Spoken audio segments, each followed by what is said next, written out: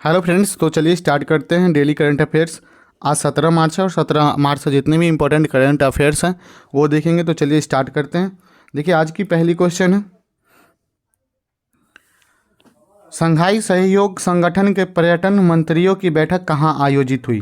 तो देखिए, ये जो संघाई सहयोग संगठन है इसको एससीओ भी कहते हैं। तो पूछ रहा है कि इसकी पर्यटन मंत्रियों की बैठक कहाँ आयोजित हुई। तो इसका सही आंसर हो जाएगा ऑप्शन ए, वाराणसी। वाराणसी में एससीओ की जो है बैठक हुई है। लेकिन हम आपको बता दें कि ये जो एससीओ है, ये जो देख रहे हैं, इसकी पहली सांस्कृतिक राजधानी के रूप में नामित किया गया है कहाँ, वाराणसी को। और एससीओ का मतलब होता है संघाई कोऑपरेशन ऑर्गेनाइजेशन। देखिए, इसकी स्थापना जो है मूलतः 26 अप्रैल 1996 को हुई थी। लेकिन जब से इसमें उज्बेकिस्तान को शामिल कर लिया गया, 2001 में उज्बेकिस्तान को शामिल कर लिया गया था, उस समय से इसका नाम क्या कर दिया गया, एससीओ कर दिया गया। इसका मुख्यालय बीजिंग चीन में है और इसका सेक्रेटरी जनरल व्लादिमीर नोरेव है। और इसका अगर महासचिव की बात करें तो झांगमिंग है। देखिए फ्रेंड्स, वाराणसी आप जानते हैं कि वाराणसी से याद आना चाहिए आपको, ये जो वाराणसी देख रहे हैं, तो वाराणसी से आप क्या करंट अफेयर रिलेट कर सकते हैं। यहाँ काशी विश्वनाथ कॉरिडोर शामिल है। क्या है, काशी विश्वनाथ कॉरिडोर शामिल है, नंबर एक। और अभी हाल ही में देखे थे क्रूज, एक क्रूज शामिल किया गया है जो 4000 किलोमीटर लंबा चला था। बताइए आप, उस क्रूज का नाम क्या है। उस क्रूज का नाम था गंगा विलास, याद आ रहा है, जो कि वाराणसी से लेकर और असम तक गई थी। ये जो क्रूज है 4000 किलोमीटर लंबा। और इसके अलावा अगर बात करें, इसमें दिया हुआ ऑप्शन है, ये जो ऑप्शन दिया हुआ है, वाराणसी से ही पीएम निर्वाचन क्षेत्र है, आपको मालूम होना चाहिए। वाराणसी जो पीएम जो है, वाराणसी का ही निर्वाचन क्षेत्र है। और जो ऑप्शन दिया हुआ है दिल्ली, दिल्ली से आप क्या करंट अफेयर रिलेट कर सकते हो। तो दिल्ली से आप रिलेट कर सकते हो, ये जो है यमुना नदी के किनारे है। और इसके अलावा हाल ही में अभी आप देखे थे 7वां नीति आयोग की बैठक कहाँ संपन्न हुई, ये दिल्ली में संपन्न हुई। उदयपुर में अभी G20 शेरप्पा मीटिंग की जो बैठक कहाँ आयोजित हुई, उदयपुर में हुई। और अगर बेंगलोर से रिलेटेड करना चाहें तो खेलो इंडिया यूनिवर्सिटी गेम, खेलो इंडिया यूनिवर्सिटी गेम का भी आयोजन कहाँ हुआ, बेंगलोर में हुआ। चलिए नेक्स्ट प्रश्न है, रेशम उत्पादकों के लिए बीमा योजना शुरू करने वाला भारत का पहला राज्य कौन है।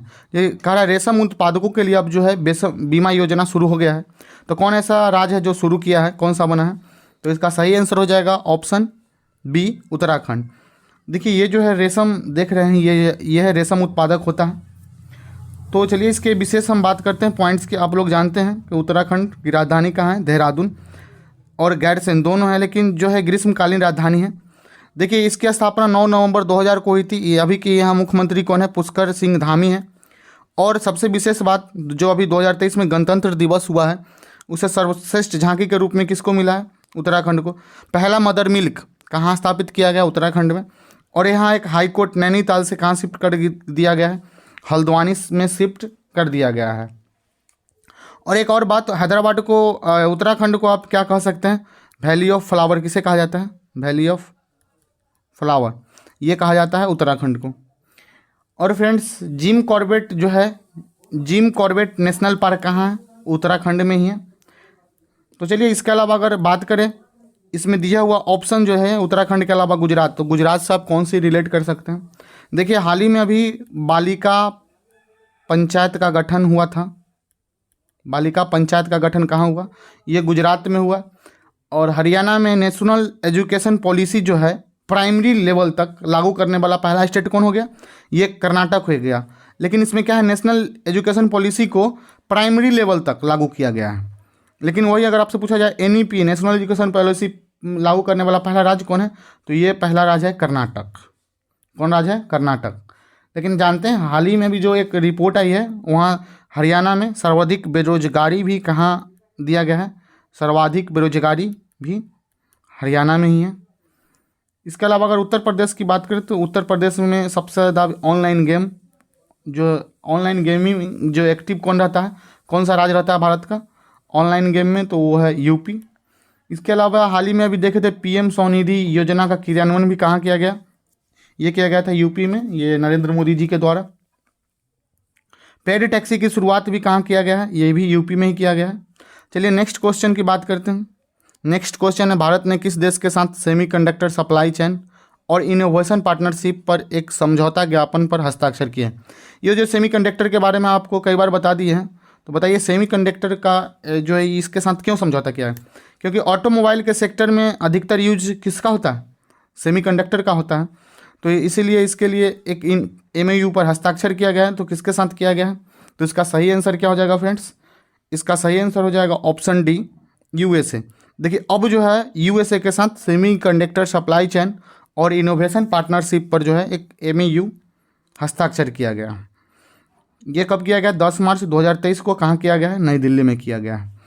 देखिए आप ये देख रहे हैं, ये यूनाइटेड स्टेट की जो है मैप है। हम आपको बता दें, भारत और अमेरिका ने सेमीकंडक्टर सप्लाई चेन और इनोवेशन पार्टनरशिप पर एक समझौता ज्ञापन पर हस्ताक्षर किए हैं। और कौन किया है? यहाँ इसके जो है उद्योग और वाणिज्य मंत्री पीयूष गोयल और अमेरिका की वाणिज्य मंत्री सचिव जीना रायमोंडो के बीच नई दिल्ली में इस पर हस्ताक्षर किए गए। दोनों देशों के बीच नए व्यापार और निवेश के अवसरों को खोलने के लिए, इसके सहयोग पर चर्चा करने के लिए भारत अमेरिका वाणिज्यिक वार्ता फिर से शुरू कर दी गई है। यहाँ ही बहुत सारे आप लेख है वो देख सकते हैं। अगर यहाँ की अगर बात करें कैपिटल की, तो यहाँ की कैपिटल कहाँ है? वाशिंगटन DC कैपिटल है। और यहाँ के अगर करेंसी की बात करें तो US डॉलर है। और प्रेसिडेंट कौन है? जो बाइडन है। और यहाँ की उप प्रेसिडेंट कौन है? कमला हैरिस है। यहाँ के उप प्रेसिडेंट कौन है? कमला हैरिस। आप जानते हैं यहाँ एक जो है नासा स्पेस एजेंसी है, नासा इसका जो है स्पेस एजेंसी है। हाल ही में अभी जो है मून मिशन आर्टेमिस मिशन दिया गया था। वो एक मून मिशन है जो नासा के द्वारा ही छोड़ा गया था। और नासा और इसरो मिलके एक जो है सैटेलाइट लॉन्च किया है, उसका नाम क्या है? निसार। क्या है? निसार। ये उपग्रह है जो अर्थ ऑब्जर्वेट करेगा। और इसके अलावा अगर बात करें फ्रेंड्स, जो ऑप्शन में दिया हुआ है जापान, तो कुछ बता सकते हैं, रिलेट कर सकते हैं जापान? देखिए जापान के सहयोग से भी एक जो है बुलेट ट्रेन शुरुआत होगा। ये शुरुआत कब होगा? 2026 में। कहाँ से होगा? अहमदाबाद से मुंबई के बीच पहली बुलेट ट्रेन शुरुआत होगा, जो कि जापान के सहयोग से होगा। और जर्मनी के सहयोग से बात करें तो अभी हाल ही में हाइड्रोजन टास्क फोर्स की शुरुआत कौन करेगा? किसके सहयोग से होगा? जर्मनी के सहयोग से होगा। और अभी ऑस्ट्रेलिया से हम आपको बताए थे एक FTA एग्रीमेंट किया गया, मतलब फ्री ट्रेड एग्रीमेंट किया गया। किसके साथ? ऑस्ट्रेलिया के साथ। चलिए तो नेक्स्ट प्रश्न है, हाल ही में किस देश के केरमाडेक द्वीप में आए 7.1 तीव्रता का भूकंप दर्ज किया गया है? देखिए तीव्रता का जो भूकंप किसके द्वारा तीव्रता मापा जाता है? सबसे पहले बताइए। ये जो है रिएक्टर स्केल के द्वारा है भूकंप की तीव्रता मापा जाता है। तो इसका आंसर, सही आंसर क्या हो जाएगा? किस देश में पूछ रहा है 7.1 तीव्रता का भूकंप दर्ज किया गया है, वो भी केरमाडेक द्वीप में? तो देखिए इसका सही आंसर क्या हो जाएगा? ऑप्शन सी, न्यूजीलैंड में ही केरमाडेक द्वीप आता है। देखिए ये जो है आप देख रहे हैं, ये ऑस्ट्रेलिया की मैप है और ये न्यूजीलैंड की मैप है। ये जो है न्यूजीलैंड के उत्तर में क्या पड़ता है? केरमाडेक द्वीप समूह है, वहाँ ही एक भूकंप आया है अभी 7.1 तीव्रता से। और यहाँ हम बता दें, भूकंप का जो अनुमान लगभग 10 किलोमीटर गहराई में था। और इसकी सुनामी चेतावनी प्रणाली द्वारा शीघ्र ही सुनामी की चेतावनी भी जारी कर दिया गया। और यहाँ के जो अमेरिका भूवैज्ञानिक सर्वेक्षण है, उनका कहना है कि भूकंप जो है केंद्र ज़मीन से 10 किलोमीटर की गहराई में था। और इसकी राजधानी की बात करें तो राजधानी कहाँ है? वेलिंगटन। और मुद्रा न्यूजीलैंड डॉलर। और यहाँ के प्रधानमंत्री कौन है? Christopher John Hipkins. इसके अलावा दिए गए अगर ऑप्शनल की बात करें तो बताइए मलावी से आप क्या रिलेट कर सकते हैं? देखिए मलावी से आप रिलेट कर सकते हैं बहुत सारे समस्या हम अगले प्रश्न में देखते हैं। लेकिन तुर्की में आप देखें, यहाँ भी भूकंप आया था।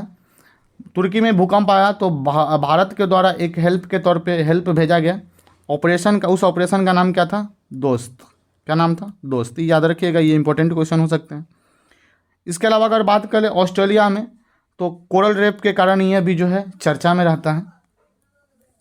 नेक्स्ट प्रश्न है, नए आर्टिफिशियल इंटेलिजेंस चैटबॉट GPT-4 को किसने लॉन्च किया है?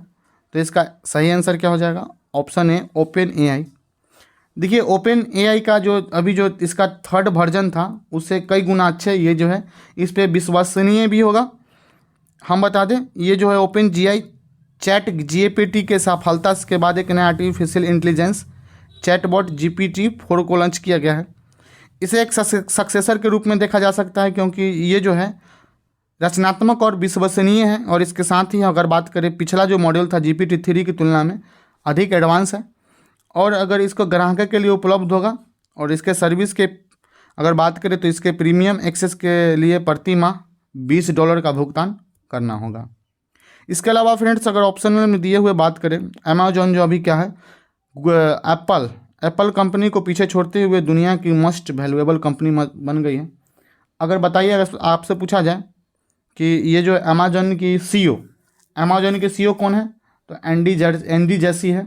और ट्विटर अभी हाल ही में $44 बिलियन में ख़रीदा गया है। किसके द्वारा? इलन मस्क के द्वारा ख़रीदा गया है। और बताइए जो भारत का ट्विटर क्या है? कू एप्लीकेशन है, वही भारत का ट्विटर है। अगर गूगल से बात करें तो गूगल हाल ही में भी चैटबॉट लॉन्च किया है, उसका नाम क्या था? Google Bard. क्या नाम था? गूगल बार्ड लॉन्च किया गया है। चलिए नेक्स्ट प्रश्न है, उस चक्रवात का क्या नाम है जिसमें मलावी और मोजाम्बिक के तेज हवाओं चली और मूसलाधार बारिश हुई?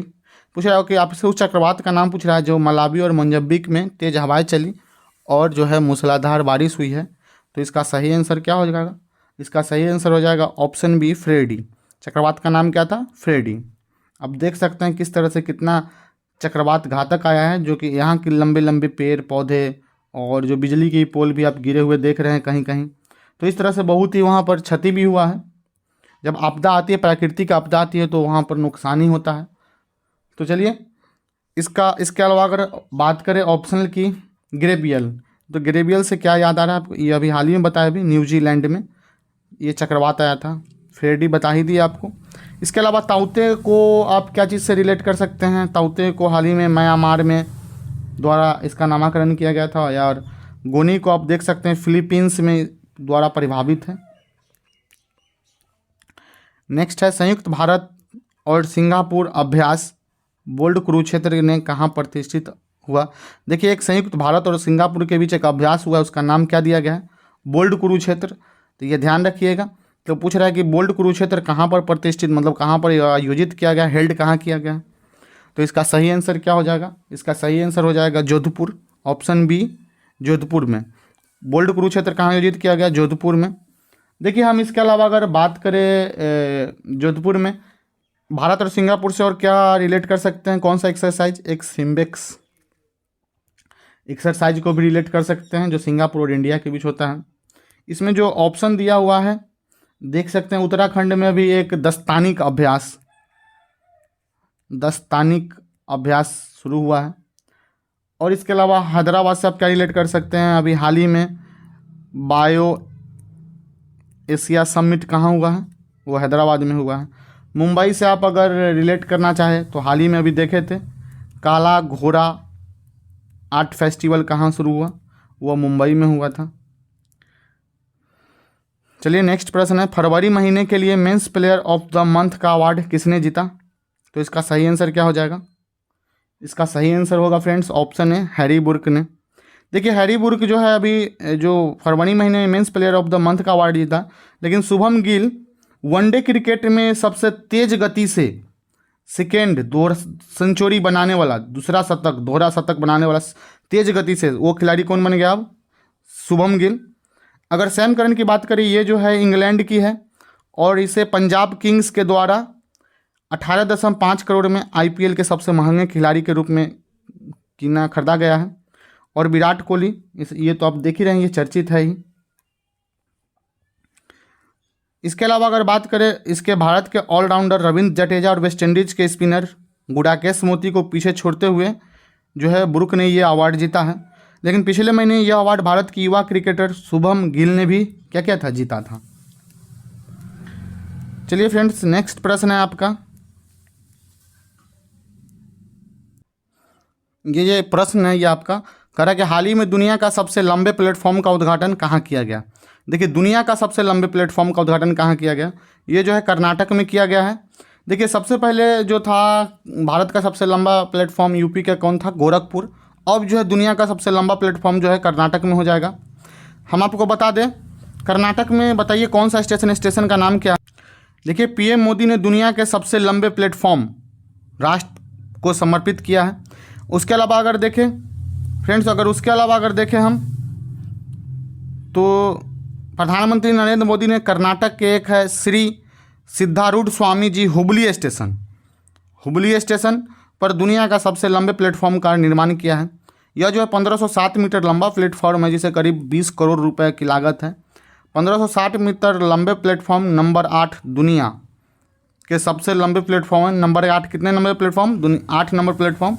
इसे Guinness book of world record ने 2 मार्च 2023 को इसे विश्व स्तर पर सबसे लंबे प्लेटफॉर्म के रूप में मान्यता दी है। अगर इससे पहले बात करें तो गोरखपुर जंक्शन रेलवे दुनिया का दूसरा सबसे लंबा रेलवे प्लेटफॉर्म है। पहले कौन था? गोरखपुर। अब जो है ये हो गया है कर्नाटक के हुबली स्टेशन, श्री सिद्धारूढ़ स्वामी जी हुबली स्टेशन। चलिए, तो ये थी लास्ट क्वेश्चन। अगर आपको अच्छे लगे होंगे फ्रेंड्स तो अपने दोस्तों के साथ शेयर करें, वीडियो को लाइक करें और चैनल को सब्सक्राइब करें। Thanks for watching.